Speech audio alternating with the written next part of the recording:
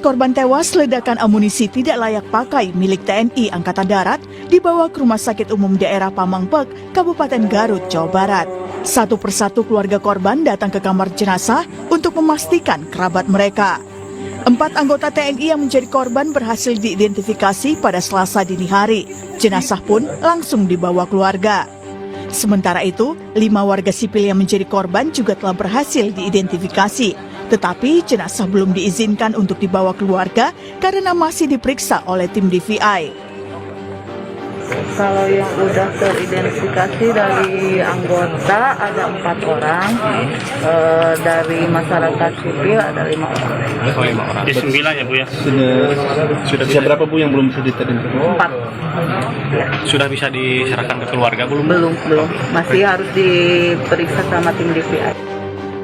Kapuspen TNI Maizen Kristome Sianturi bilang lokasi pemusnahan merupakan lahan milik BKSDA Kabupaten Garut yang sudah rutin digunakan untuk memusnahkan amunisi kadaluarsa. Sementara itu, warga yang ada di lokasi kerap kali datang saat pemusnahan amunisi untuk mengambil sisa amunisi yang diledakkan untuk dijual. Kedepan TNI akan mengatur lebih ketat untuk memperbolehkan warga memasuki lokasi setelah proses peledakan selesai. Informasi awal yang kita terima, kebiasaan masyarakat di sana adalah apabila telah terjadi pemusnahan, peledakan, maka mereka akan mendatangi tempat itu untuk mengambil logam, ada kuningan, ada tembaga, ada besi, sisa dari munisi yang diledakkan tadi. Setelah dikumpulkan ini akan menjadi nilai jual, ada nilai jualnya, dijual ke tempat pengepulnya, ya munisi, ada kuningan, ada tembaga, ya. Nah itu kan jadi duit ya gitu ya, jadi ada nilai keuntungan. Nah itulah yang analisis kita yang dicari oleh masyarakat untuk mengumpulkan logam-logam tadi. Ledakan amunisi milik TNI bukan kali ini saja terjadi. Beberapa waktu lalu, truk TNI bermuatan amunisi terbakar dan meledak di Tol Gempol Pandaan, Pasuruan, Jawa Timur. Truk saat itu membawa sejumlah prajurit TNI yang baru saja purna tugas dari Papua. Akibatnya, 1 anggota TNI meninggal dan 1 lainnya terluka. Tim Liputan, Kompas TV.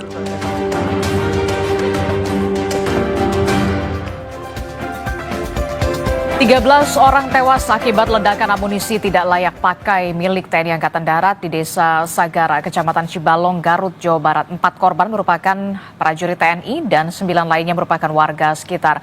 Sebelumnya, truk bermuatan amunisi milik TNI juga meledak di Tol Gempol Pandaan, Pasuruan, Jawa Timur yang mengakibatkan 1 prajurit tewas. Apa yang harus dievaluasi dari rentetan kejadian ini? Kita bahas bersama di pagi hari ini melalui sambungan daring bersama Kepala Badan Intelijen Strategis Kabais TNI tahun 2011 hingga 2013, Laksda TNI Purnawirawan Soleman Ponto, dan juga ada Guru Besar Politik dan Keamanan Universitas Padjadjaran Bandung, ada Profesor Muradi. Selamat pagi Bapak-Bapak. Selamat pagi Pak Ponto, pagi. Selamat pagi Pak Muradi. Pagi. Oke, saya mau ke Pak Ponto dulu. Pak Ponto, ini kan Ya. kalau kita lihat ya, rentetan kejadiannya ini kemarin begitu dan sepekan yang lalu juga ada peristiwa serupa begitu ya.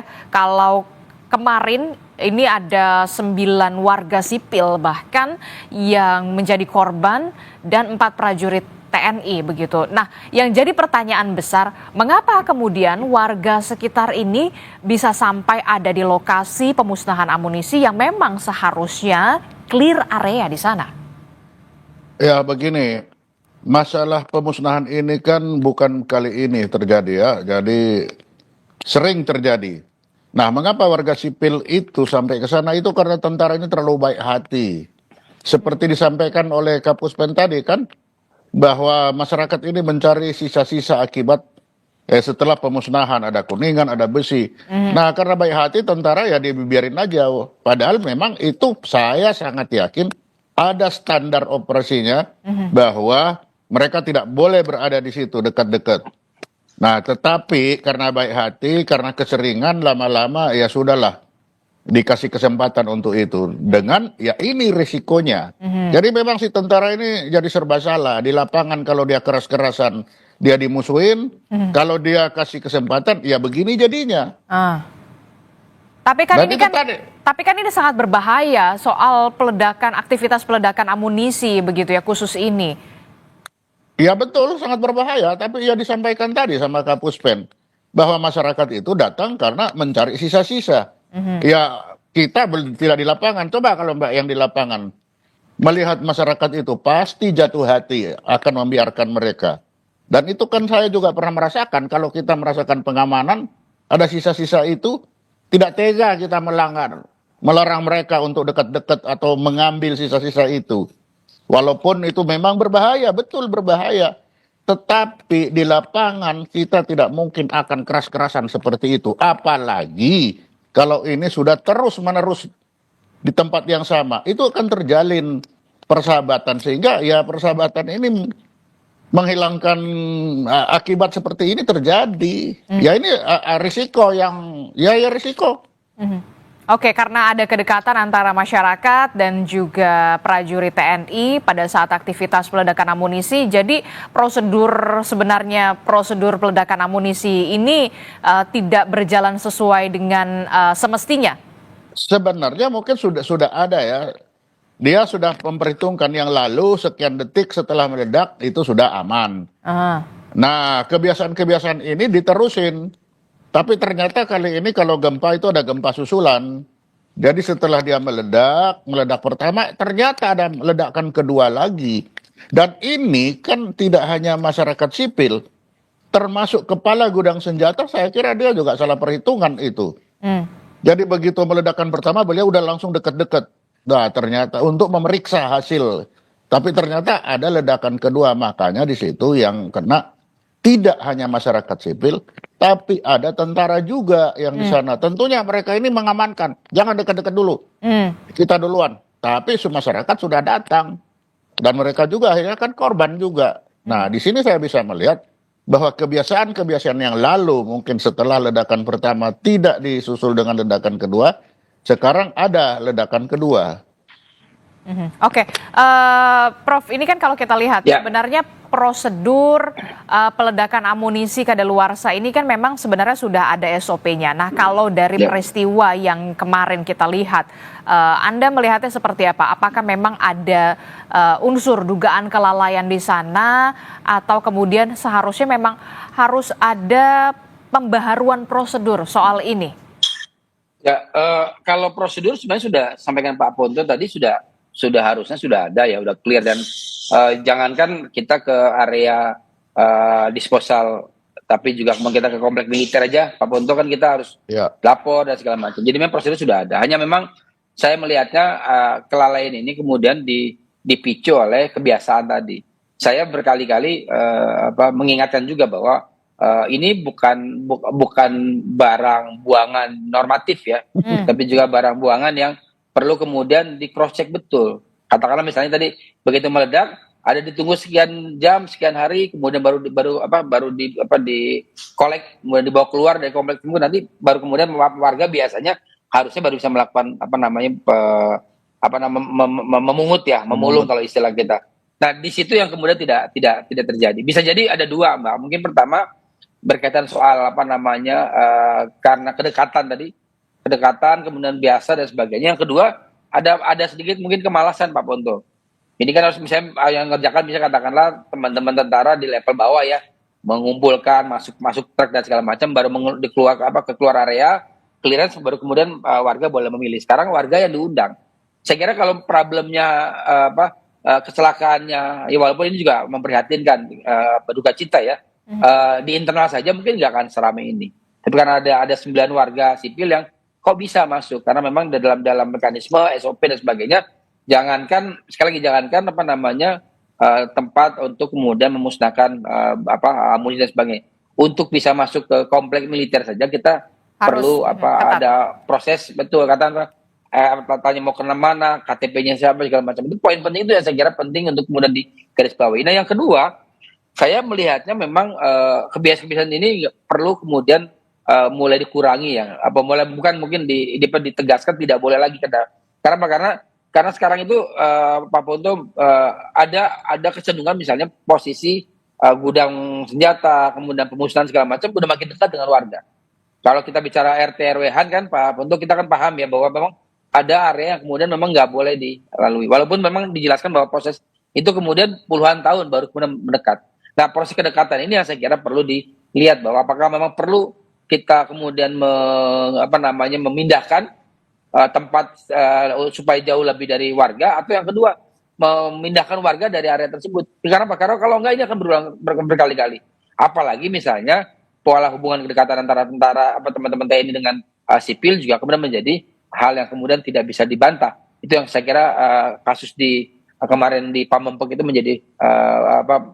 menjadi viral dan menjadi bagian penting yang kita prihatin bersama seperti itu. Bagaimana respon Anda, Pak Ponto? Ya betul, memang itu adanya. Ya setuju saya, memang itu adanya. Jadi kalau kita melihat, kita lihat kemarin film, begitu meledak langsung berbondong-bondong pakai sepeda motor itu datang, kejar-kejaran. Nah itu. Jadi rupanya kemajuan teknologi juga ini mendukung. Kalau dulu mereka lari-lari jauh dari tempatnya, tapi sekarang jadi dekat karena datangnya pakai sepeda motor, balapan dia ke sana. Ya ini karena kedekatan itu tadi, sehingga kedekatan akhirnya prosedur dilanggar. Betul, ada semua sudah ada.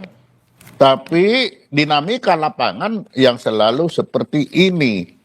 Nah dengan adanya ini tentunya memang ini perlu kembali diingatkan, tidak hanya kepada tentaranya saja, tapi kepada orang-orang sipil ini. Kalau pada tentara sudah pasti semuanya itu ada itu.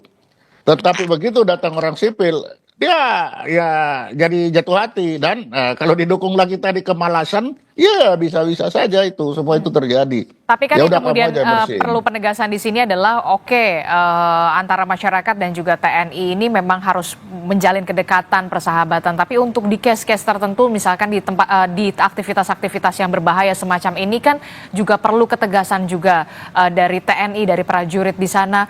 Jangan sampai kemudian ya kita lihat hasilnya apa?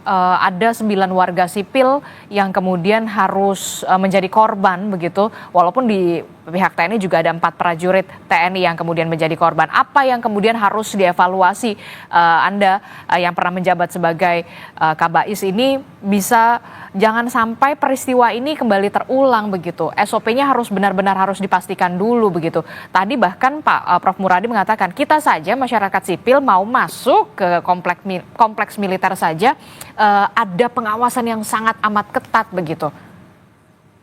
Ya memang betul. Pengawasan seperti itu ya perlu ditegaskan kembali. Dan kalau ada istilahnya tu tenggo, ya tidak mungkin hanya tentara saja. Tentara itu sudah pasti dikasih tahu, kasih tahu. Tetapi warga sipil ini juga dengan adanya kejadian ini, mereka harusnya tahu, melihat ini loh akibatnya. Betul tadi, apakah setelah peledakan itu kita tunggu 1 jam, 2 jam, 3 jam, 1 hari, sebulan baru bisa didekati? Ya itu mari kita lihat bersama lagi. Kita lihat yang SOP yang lama, setelah peledakan, berapa jam boleh mendekati, berapa jam boleh dibersihkan. Nah, kita belum tahu ini standarnya apa. Berapa hari, betul tadi. Mungkin bisa sebulan, 2 bulan baru dibersihkan. Nah, ini perlu dilihat lagi SOP-nya itu seberapa. Kita belum tahu. Karena kalau saya lihat ledakannya itu, ledakan pertama 5 detik kemudian baru ada ledakan kedua. Jadi mungkin kebiasaannya setelah ledakan pertama langsung berbondong-bondong datang dekat-dekat, ternyata waduh 5 detik ada ledakan kedua. Karena melihat, kalau kita lihat lagi beritanya bagaimana korban ini sulit diidentifikasi, sulit ini, artinya mereka sangat dekat dengan episentrumnya. Mereka tidak bisa dikenal itu. Berarti memang dari awal memang tidak ada pengawasan yang ketat ya pada saat aktivitas pemusnahan itu. Ada, pengawasan sudah pasti ada dari awal. Kalau tidak ada pengawasan tambah banyak lagi. Itu ada, hanya karena kebiasaan ini yang sudah bertahun-tahun, setelah meledak aman. Nah, cepet-cepetan datang. Makanya yang pertama masuk ke sana kepala gudang. Kenapa dia ingin melihat apa sudah jadi, sudah terbakar semua, apa sudah meledak semua, kepala gudang masuk ke sana. Diikuti yang tahu-tahu yang lain juga ikut-ikutan, sudah dekat meledak itu ledakan kedua. Nah, yang harus dilihat kan akhirnya apa? Prosedur, mari kita lihat lagi seperti apa. Apakah sudah ada atau memang lalai? Mungkin aturan sudah ada, nanti sejam, 2 jam, 3 jam baru boleh mendekat. Tapi Dari ini penilaian dikatakan Anda lain. ada dugaan kuat kelalaian di sana? Ya bisa saja, nanti lalai ini kan kita bisa lihat dari aturannya. Tapi kalau saya bilang ada kelalaian sedikit di sini, kenapa? Baru ledakan pertama itu sudah mendekat. Oke. Nah, ini akan ada tulisannya berapa menit, berapa detik boleh mendekat. Kita bisa bilang salah kalau sudah ada di situ. Tapi kalau prosedur yang ada 1 menit atau 1 detik setelah meledak boleh mendekat, ya tidak salah dia. Tapi kalau ada seperti Pak Prof Muradi bilang tadi, nanti sebulan baru boleh dekat, dia keliru. Nah, kita lihat dulu makanya aturannya seperti apa kan begitu. Prof Muradi, poin kritis apa yang kemudian bisa Anda sampaikan dari peristiwa ini begitu ya? Karena kan ini bukan peristiwa kali pertama ya terjadi. Sepekan yang lalu di 5 Mei 2025 truk TNI bermuatan amunisi terbakar di Tol Gempol Pandaan, Pasuruan, Jawa Timur. 1 prajurit meninggal dunia, kemudian 1 lainnya luka berat. Kemarin bahkan ada 4 prajurit, 9 warga sipil.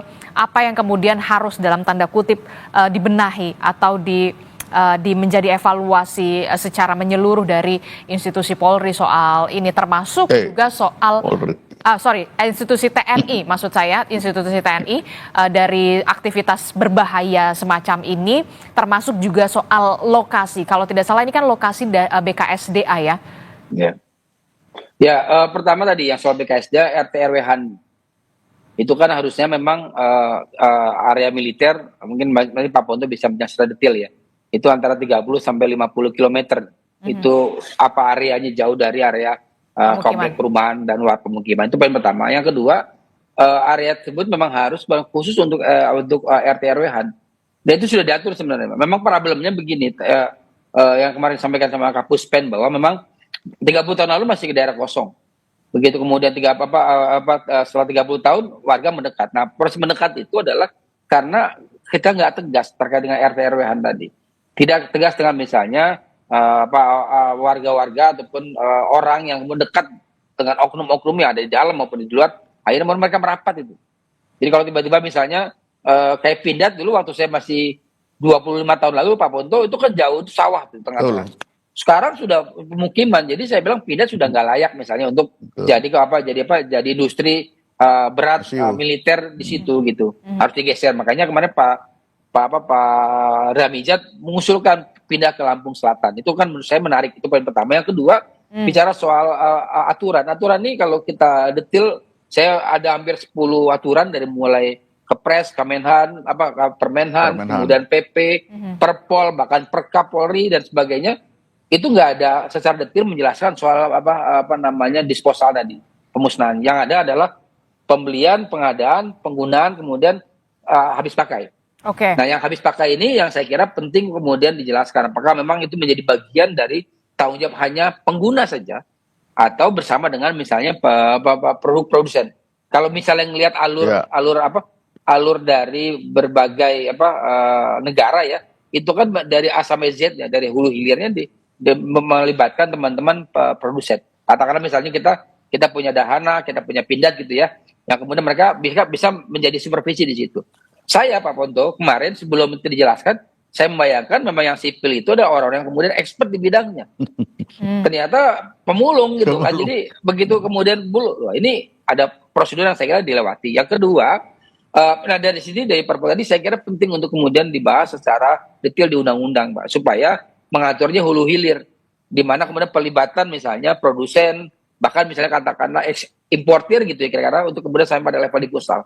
Itu poin kedua. Yang ketiga saya kira juga penting juga kita melihat bahwa proses ini tidak berdiri sendiri. Jadi memang saya sama setuju dengan Pak Ponto bahwa ini kecelakaan, tapi kecelakaan yang kemudian sebenarnya sesuatu yang kemudian berulang.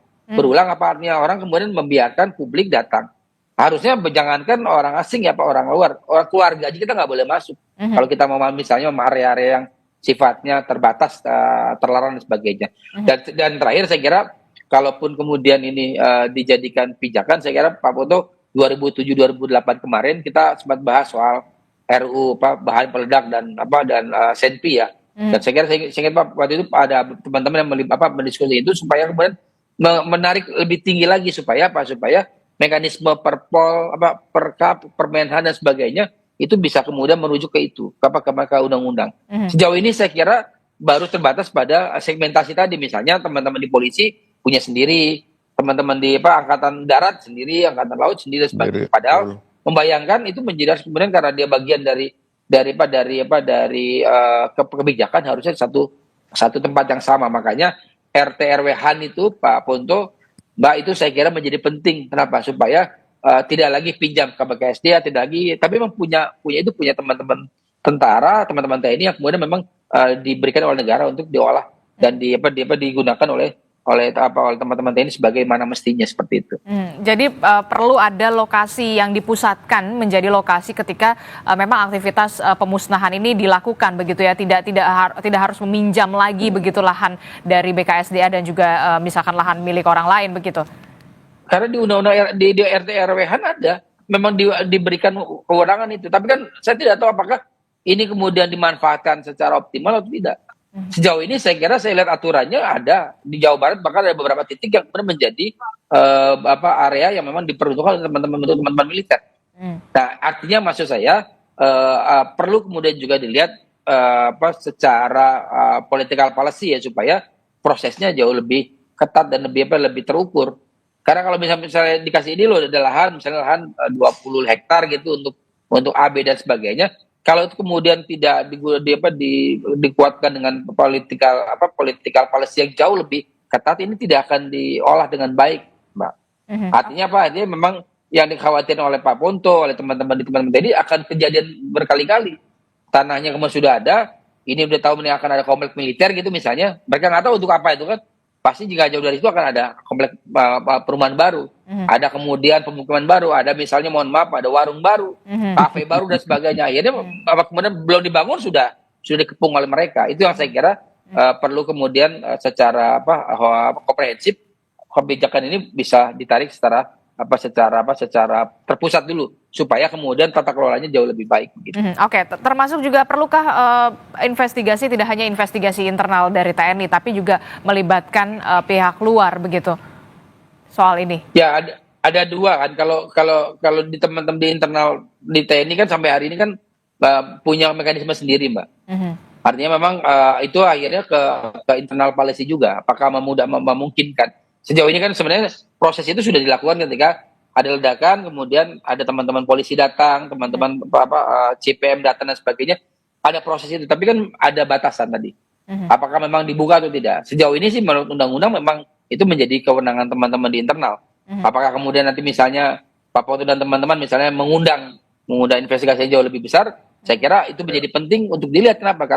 Karena ini akan menjadi ukuran teman-teman di luar juga melihat kita menata kelola alutsista dan sebagainya. Kenapa? Karena dalam proses tadi yang saya bilang hulu hilir tadi dilakukan, itu akan menjadi ukuran bahwa Indonesia secara negara memang sudah layak misalnya untuk bisa menjadi pasar, menjadi produsen yang jauh lebih baik di masa akan datang begitu. Oke, terakhir saya ke Pak Ponto. Pak Ponto, evaluasi apa yang harus dilakukan oleh internal TNI, jangan sampai kemudian peristiwa ini kembali terjadi lagi, termasuk juga soal tata kelola alutsista yang juga sempat tadi disinggung oleh Prof. Muradi. Silakan. Ya, saya pikir apa yang disampaikan Prof. Muradi tadi itu harusnya menjadi pertimbangan bagi militer tentara ke depan untuk lebih memperbaiki sistem pemusnahan seperti ini. Saya kira itu sangat sependapat saya. Karena bisa terbayang kalau rudalnya angkatan laut itu sampai begitu dia expire terus mau diapain itu. Nah, jadi sangat dibutuhkan dari produsen. Bagaimana kalau ini tidak sampai selesai terus mau diapakan? Jadi saya sependapat dengan Pak Pramuradi.